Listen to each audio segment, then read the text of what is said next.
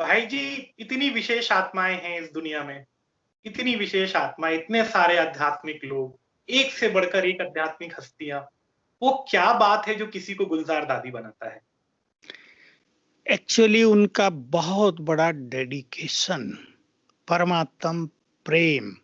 और ये प्रेम केवल वन साइडेड नहीं था, भगवान का उनसे बहुत ज्यादा प्रेम।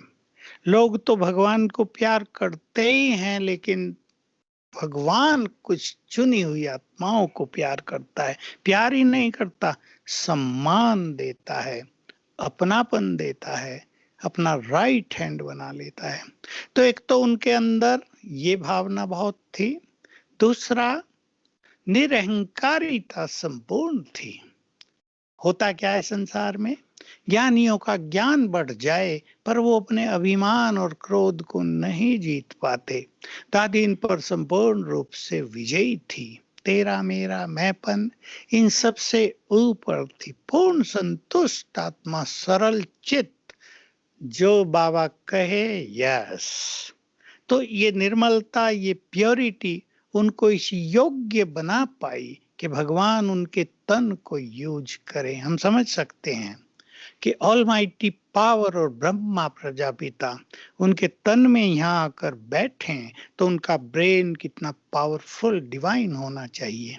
हम सब देखते हैं थे गांव में छोटी छोटी देवियां आती थी, किसी के तन में कहते थे इसमें देवी आई है, हिलते रहते थे। हम सोचते थे हिल क्यों रही है भाई देवी, जी जी देवी तो जी। अच्छी होती है।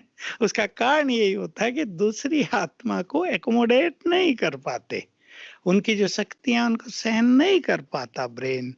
और दादी के तन में दो सुपर सुपर पावर प्रवेश करती थी, उसको वो एकोमोडेट करती थी। तो कारण यही था कि वो बहुत डिवाइन, बहुत पावरफुल, बहुत पवित्र थी। ये उनकी यूनिकनेस है। भाई जी, जो ये आपने यूनिकनेस बताई, ये तो प्रकाश मणि दादी में भी थी, जानकी दादी में भी थी। फिर भी गुलजार दादी का तन ही क्यों चुना बाबा ने? इसमें एक रहस्य ये भी होता है कि गुलजार दादी को जब वो 9 साल की थी, आई थी, तो शिव बाबा की ओर से दिव्य दृष्टि का वरदान प्राप्त हो गया था। वो अच्छा। ट्रांस में जाने लगी थी शुरू से ही।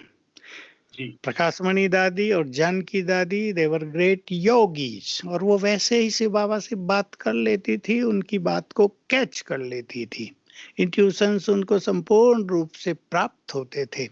लेकिन क्योंकि ये ध्यान में जाती थी, और जब तक कोई आत्मा ध्यान में न जाए, ध्यान में जाने का अर्थ है जैसे उसकी यहाँ से प्रेजेंस खत्म हो गई है, वो यहीं, लेकिन कॉन्शियसली वो यहाँ नहीं है, एब्सेंट हो गई है। जैसे वो यहाँ एग्जिस्ट भी कर रही है, नॉन एग्जिस्ट भी है, तब सुप्रीम पावर उनके तन में आती है। तो दिव्य दृष्टि के वरदान के कारण उनके रथ को, उनके शरीर को चुना गया था इस महान कर्तव्य के लिए।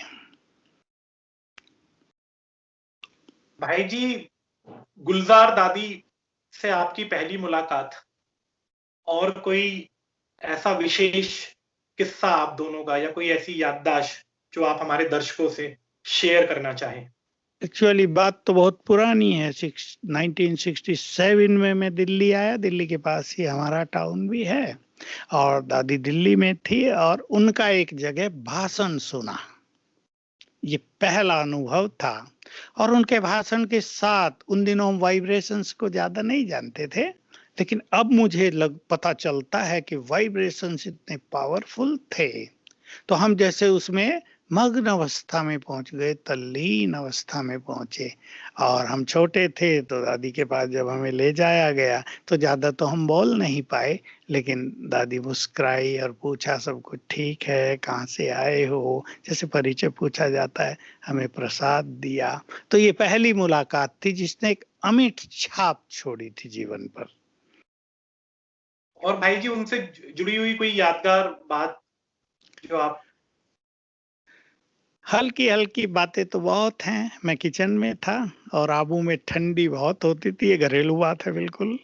और उन दिनों साधन तो कुछ थे नहीं, आजकल तो बहुत सारे निकल गए हैं, हर कपड़े में पहुंच गए हैं हीटर और क्या क्या हो गया है। तो हमारे यहाँ अंगीठियाँ जलती थी, तो दादी भी सवेरे सवेरे क्लास के बाद हाथ सेकने के लिए, अपने घरों को गर्म करने के लिए वहाँ आती थी। बस हम लोगों की ये मुलाकात बहुत अच्छी होती, बहुत निरंकारी थी। उनको ये कुछ नहीं था मैं बड़ी हूँ, सबके साथ घुल मिल के रहना ये हमें बहुत प्रिय लगता था। जैसे हमारा एक अलौकिक परिवार था है, और उसकी वो बड़ी हैं, तो उनको ये भी नहीं था कि मैं बड़ी हूँ कोई, लेकिन बहुत प्यार भरा व्यवहार, बहुत अपनेपन से भरा हुआ व्यवहार उन दिनों उनकी ओर से हमें मिला।